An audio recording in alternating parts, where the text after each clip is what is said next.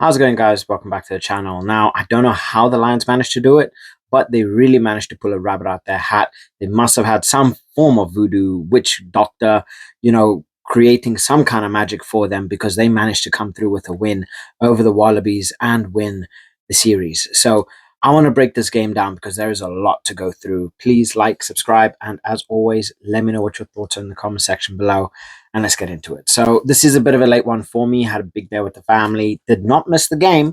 Just a little bit of a later upload for you guys. But like I said, I don't know how the Lions managed to do it. There was such a big deficit in terms of points. The Aussies really controlled the game, especially in the first half. Yes, the Lions have managed to come back late second half, but otherwise the Aussies were constantly threatening. Their ball carrying prowess was absolutely phenomenal. It just felt like at every single point, the Aussies just they were there to hand. They had some big performances, and some of their tries were absolutely stunning. I mean, Soali'i had a brilliant game. That darting run of his to create the try. I forgot who it was for, but that kind of footwork. I mean, we see the footwork of Jorgensen as well, just phenomenal. They had some brilliant passing plays. Their phasing was really good as well. And like I said, they put the game to the Lions. But I don't know what kind of voodoo they did because they managed to pull something out of their hat. They managed to, I think it was like a 26-5 deficit at halftime around there. And you're thinking, there is no way the Lions are coming back from this. There is no way the Lions are coming back from this. They managed. They really managed to do it.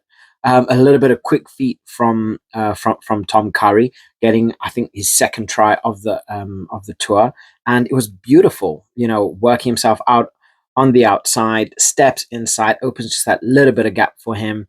We saw Hugh Jones powering over to get himself another try. But just in general, we saw some really good footwork. We saw some really strong ball carrying ability from a lot of these players. And, there was a very big controversial moment at the end of the game, which I'd really love to hear what your guys' thoughts are on this, because here's me thinking and going through everything and really trying to break down what happened, because the entrance, contact, and then the commentators were saying there is no way this is being avoided as a try. This should not be awarded as a try. But the referee awards it because I think he said both players enter at a relatively similar time. I don't know. This is one of these where it becomes very difficult to be a ref for rugby because there are so many different nuances to it, to so many small details. A lot of people thought it wasn't. A lot of people thought it was, right? I can guarantee you every single Wallaby in that stadium was absolutely fuming because it was that at the death of the game that really changed everything. It was the turning point where it was actually the first time the Lions had led throughout the entire game. And Finn Russell, he didn't care about converting that. They knew the game was won, but was that try an actual try? Because there is a part of me saying, I don't think so. I think the Wallabies should have had that game. Simple decisions. Now, I am very much an opinion of you should never be playing so that you leave the fate of your game in the referee's hands. You should always make sure that it's out of his hands and that it's it's a guaranteed win, if that makes sense. Because then there's going to be a lot of smack, there's going to be a lot of hate on the referee, whether you agree with him, whether you don't. Anybody that doesn't agree with the decision, obviously they are not going to be very happy with him. So yes, he is going to get a lot of hate from the Aussies, and undoubtedly so. He cost them the game, right? His decision made all the difference. His decision could have led that game into a 1-1 and then leave that decider for the end. But it went the Lions' way. It was the decision was kept, and the Lions came through with another win, winning themselves the series, and kind of leaving the final game as just a you know so let's get some people some game time. So this is where I can definitely see maybe a Henry Pollock starting, and maybe seeing a couple of these other players that got brought in, getting them at least a cap as a test Lion. um there's no more jeopardy, there's no more excitement now. The Lions have won it. They've won game 1, they won game 2, albeit controversially. The third game is now set up just to be there, right? I can guarantee you the viewership rates are going to go just they're going to they're going to hit China. It is what it is. That's one thing that's definitely going to go down south is the viewership rates. Um I can't see stadiums being absolutely stacked that there would have been if Australia had to win that game, right? There's going to be a lot of people saying, why would we want to go? The Lions have already won. It's more just going to be for the fact of going. There's not going to be any like genuine excitement about this game now. It's just, we go to enjoy ourselves. We're going to go grab a couple beers, watch some rugby. But if the Aussies had to come through with a win, that people would be fighting tooth and nail for any form or any sniff of a ticket for that game to see how that final game would end, and whether the Lions would grab themselves another series win. Which I think I did hear one of the commentators say that this is the first series win since the last time that they met the Aussies in, I think, like 2012, 2013. So with the Lions winning, it's kind of ruined everything for the rest of the tour, unfortunately. As a fan, I'm going to watch the game anyway. I love watching the rugby. We get to see some of the best players in world rugby play. I mean, when you get to see players like Jorgensen, Soali'i, when you get to see players like Valentini, Will Skelton. Will Skelton, I thought he was absolutely brilliant. But then you get to see the players like Gibson Park, Finn Russell, Andrew Porter.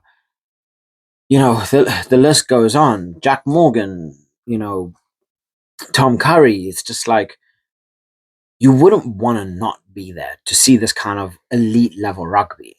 But where is now that drive for it? Since the Lions have already won the series, it's just not going to be there.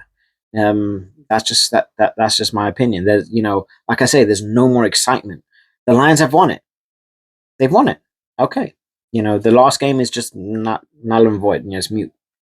It's moot. There's nothing more to it. But gonna be a good game though. Gonna be spectacular rugby. But getting back into the game, there were a couple decisions here which could have gone either team's way. We got to see some amazing rugby. We got to see some amazing attacking rugby, which was absolutely phenomenal to watch. The Aussies really put their best foot forward here, though. I honestly thought the Aussies were going to come through with a win, and that actually kind of made me happy. I really, really wanted Australia to win. I had a gut feeling that the Lions were going to end up winning, but there was just a part of me that was just like, "Come on, get it." And the way that they were playing exciting rugby, and I was just like, "Yes, the Aussies are actually going to do this. They are going to take this series to game 3, and there's just going to be all that excitement. There's going to be what if, who, what could happen."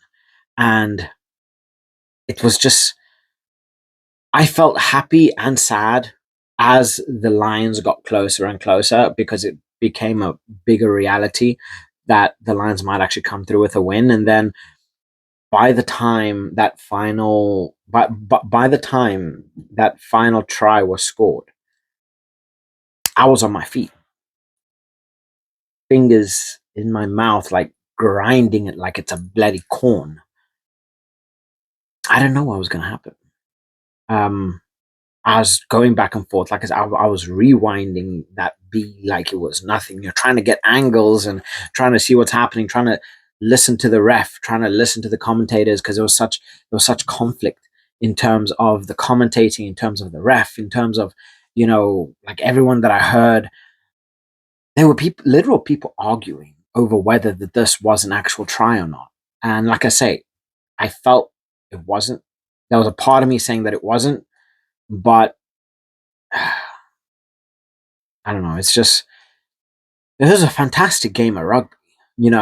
Going there, looking at it as a fan, you just nothing else other than excitement. It was that kind of game that you would expect in a game too, and it gave you all the thrills and joys and upsets of a spectacular game. Where the Lions really, really had to dig deep, and they really needed to have Gibson Park pull a rabbit out of his backside and get the Lions working efficiently.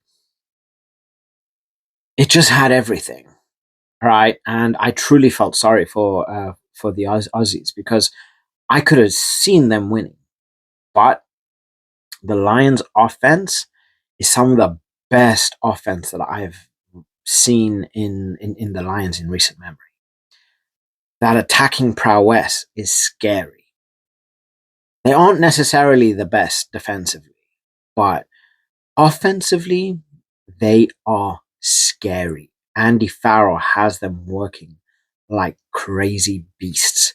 They are scary, right? It doesn't matter who you have. They are creating tries from every single position on that pitch, right? Whether it's the forwards, whether it's the backs, whether you're seeing Curry out on the wing, just looking for that little space. The Lions are attacking predators, and I really wish the Aussies would have come through with a win in this game, so that we just would have seen that fire, that excitement come through in the final game of the series. But yeah, it was a brilliant game. Don't get me wrong. Yes, things could have been done better. Yes, there are going to be quite a few players that are going to get a smacking and a bollocking from Andy Farrell because of performances, because of it's not requirements, it's expectations, right? There's certain levels of performance and expectations that need to be met when you are playing as a Lion that some players I felt didn't meet. So we are definitely going to be seeing a big change up for the third test. I don't think it's necessarily going to be because of, performance. I think it's going to be more tactical as well as performance. But there's going to be a big change from both sides. I think it's just going to be now both sides finding teams and players that are just going to fit in, instead of really going out there to destroy and to get a win out of the series. That's gone. So let me know what you guys think. Please like, subscribe. It really does help the channel grow. And I want to hear your thoughts on that final try and whether that should have been allowed. So I'll catch you guys in the next one. And let's try and make this last game as exciting as possible. Catch you guys. Bye.